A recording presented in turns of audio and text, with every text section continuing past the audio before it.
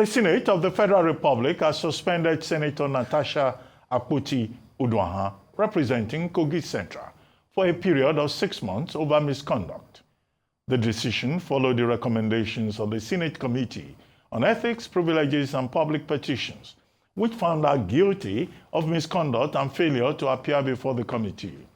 The suspension stems from allegations of sexual harassment that Akpoti-Uduaghan leveled against Senate President Godswill Akpabio. She accused Akpabio of obstructing her legislative motions, particularly those concerning the Ajaokuta Steel Company, and claimed he referred to her as a nightclub girl during a Senate session, a remark for which he later apologized. Despite efforts by some senators to reduce the suspension period to 3 months, the Senate, in a majority vote, sustained the initial decision. I say this with all with all sense of responsibility, but I think that with what has been canvassed here and the unanimity of senators on the gravity of these incidents, on the integrity of this institution, that 3 months is sufficient for some level of restitution. That the Senate do suspend Senator Natasha Akpoti-Uduaghan for 6 months for a total violation of the Senate Standing Rules 2023 as amended, for bringing the presiding officer and the entire Nigerian Senate in general to a public opprobrium. Those in support of prayer one say aye. Those against say nay. The ayes have it. However, the lawmakers ruled that the suspension could be lifted or reduced if she tenders a written apology. Joining us now on this show as we review the legality of Senator Akpoti-Uduaghan's suspension is Professor Anthony Agbazuere, human rights and constitutional lawyer. Professor Agbazuere, good morning, and thank you for joining us on the morning show. Thank you very much. Good morning, Dr. Ruben Abati. Good morning, Ayo, and good morning, Rufai. Good morning, Nigerians. Thank you, Prof. Thank you for joining us. Well, the story is very well known. My The pleasure. suspension of Senator Akpoti-Uduaghan, is it lawful? Is it just? Is it fair? What do you think? Thank you very much. In the first place, I think it is important that Nigerians at this stage, having talked about this issue for a reasonable time, should allow the Senate to do their job. I want to say that the Nigerian Constitution empowers the Senate, in fact, just like very many other associations, empowers the Senate to make their rules. And now, I think there's also a confusion amongst some people. The issue of misconduct and sexual harassment are separate. So, what I think happened yesterday was the issue of the misconduct. And by the provisions of that rule books of the Senate, there are certain things you are not expected to do on the floor of the Senate. That level of misconduct, that quantum of misbehavior, are things that nobody will tolerate. The Senate refused to tolerate it, and you will agree that in that Senate, there are very distinguished people that if they felt that the woman did the right thing, they wouldn't have allowed this issue of suspension. And I think it's also good that there's a window that if she apologizes for the misconduct, not sexual harassment, that she could be forgiven. And that is an issue. And everybody that saw what happened that day, kind of when it was played on Arise Television and all of that, will discover that it was wrong. In their rule book, it is stated that before you speak, you must speak from your seat, the seat allocated to you. She needed to have complied with that and then gone for that other 10, raised it from that particular seat. The last one she spoke yesterday, it was from that seat where she rejected. And from that seat too, the camera also was able to catch her. So that is, to capture her. So that is the issue. So as far as I am concerned, the issue is that the matter that has to do with misconduct, that's what the Senate has treated.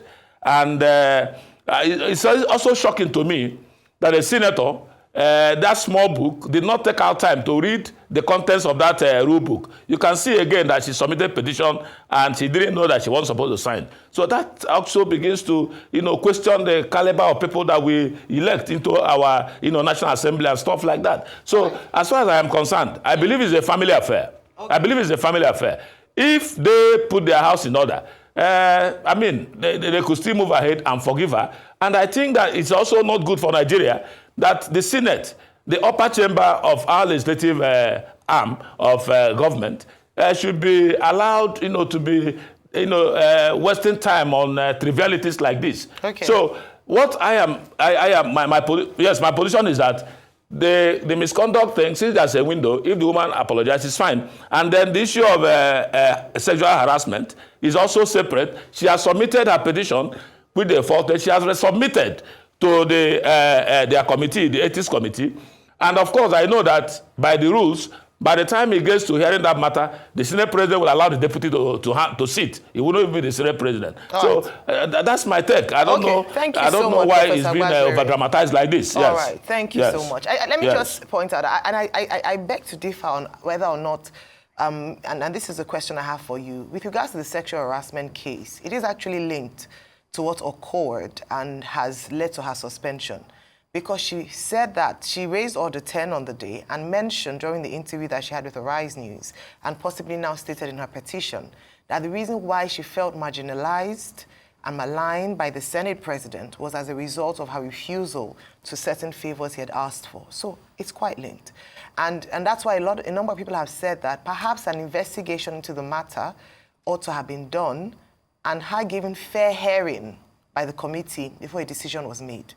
So I hear you, it wasn't separate, it was alongside the issue on ground. That the reason why that occurred was there was an underlying issue there whereby she had refused certain favors, and that's why she felt she had been maligned and even asked to move to a seat that wasn't very prominent in the Senate. What do you have to say about that, especially because people also question the integrity of this process and the fairness of the hearing? Thank you, Ayo. Let me inform you, they are distinct. You see, ordinarily, for example, if you contested an election and you feel you were rigged, there is time given by law when you can file your election petition, 21 days. Then you bring it after 30 days, after 2 months, and you begin to say somebody is not treating you fairly. You must keep to the rules in anything you do. So what she should have done that day should have been to go to that new seat, and from that new seat, she would have fired, her missile. It would have made sense.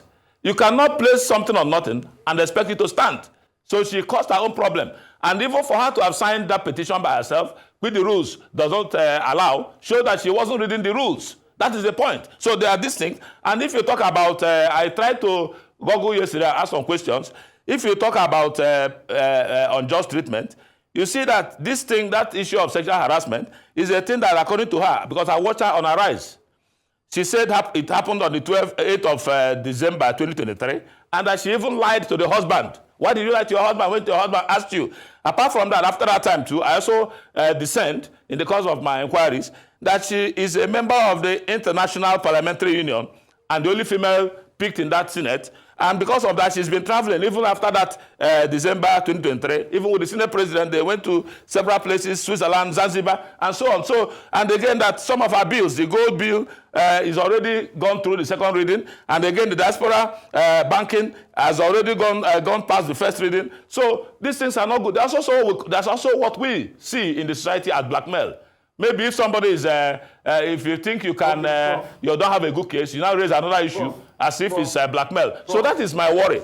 Sorry, my brother. One second, my brother. Sorry, my brother. 1 second. So my take is that even when you think you have a good case, handle it well so that you don't also create a wrong for yourself when trying to achieve, the right. That's the point. That must be clear. Yes. Prof, in all of what you have said, yes, I'd like to debunk some quick holes there. Let's be objective and let's not be misogynistic here. Because a woman travels with the Senate president does not mean she doesn't have a right to say if there was any case of sexual harassment. She just needs to prove that in court. Prof, you also supported the Senate here, and you didn't see anything wrong as a professor of law with the court order that she shouldn't sit on that committee in the first place, that the Senate Committee on Ethics violated. You've not said anything about that. You didn't see anything wrong. You also do not see anything wrong with the fact that a woman's fate was determined without the woman even saying anything on that panel, and they went ahead to determine her fate. You know, you never saw anything wrong with that. Also, you never saw anything wrong with the fact that the altercation, as it were, was a shouting match between the Senate President and Senator Natasha Akpoti. The Senate President too said so many things during that altercation. I will suspend her, I will this, I will do this and all of that. It wasn't that he was just keeping quiet while she was insisting on her right. You never also talked anything about the other 10 that she said she was insisting on, which has to do with privileges, you know, of a senator. So there are many parts you left out of it, you know, in this your narrative, Professor. Thank you, Rufai. Rufai, you see, in the first place, let me advise you that, you see, in the first place, I am not delivering lecture. You're asking the questions and I'm answering. So it's what you raise that I reply to, number one. Then number two, as far as I'm concerned, of course, I know that the Supreme Court has variously stated that you don't stop the National Assembly from their own job and so on. But I know that if there is a court order pursuant to Section 287 of the Nigerian Constitution, everybody, every authority is bound to, you know, respect it. Yes, you didn't ask me that, so I would have told you, and that's one thing that is very clear. If they were actually served, of course, they need to have respected it. And it's not even a thing that should bother Prof, anybody. they were served. So long as the matter is in court. Prof, they were served. Sorry, 1 second, my brother. They were served, if the court feels, no, I'm not, it's not for me and you to begin to argue that. I'm saying if they were served, that they were supposed to have respected it. And you see, look, since the matter is still in court, the court knows what to do. So I am saying that we are supposed to, look, the Senate is supposed to be spending their time on more quality things after touching the matter the way they have done. And again, you talked about giving her fair hearing or something. The committee invited her. I saw that on your television. She didn't go. That was wrong, maybe because of the court order. Then and again, you see, look, what they are doing, like I said earlier, has to do with the misconduct. Rufai, I know too well that even there where you work, you have rules. You cannot, in the course of trying to fight for your own right, also make some mistakes. She made some mistakes, and you can see. If not, for example, now she has represented her petition because she got it wrong, and they now reminded her she was wrong. So the point to take home is that misconduct and the issue of sexual harassment are different, and that they should be so treated distinctly, and that what was treated yesterday was misconduct. And as far as I'm concerned, honestly, she has a right to protest, assuming she's being sexually harassed. But the point remains that she kept quiet for too long, and having kept quiet for too long, I was also going close to that same person without complaining until she committed this misconduct. It could still be seen as blackmail. So these are the issues, but whether it is that or not, it is for the court now to decide. Don't forget again that the wife of the Senate President also went to court. So the matter is also in court. And I also learned she also filed a 100 billion suit. Whether she has withdrawn it now or not, I don't know. But that of the 250 billion suit filed by the wife of the Senate President is also there. So it's now for the court to decide whatever the court will decide. And then that of the misconduct, I thank God that there's a window. If she now accepts to maybe say, look, for misconduct and not sexual harassment, I apologize. I think they will have to come back and cancel it, yes. Okay, Professor Agbazuere, yes. We would like to thank you very much. I mean, the subject is a living subject, as it were, and, you know, more people will, express their own views. Thank you very much indeed for joining.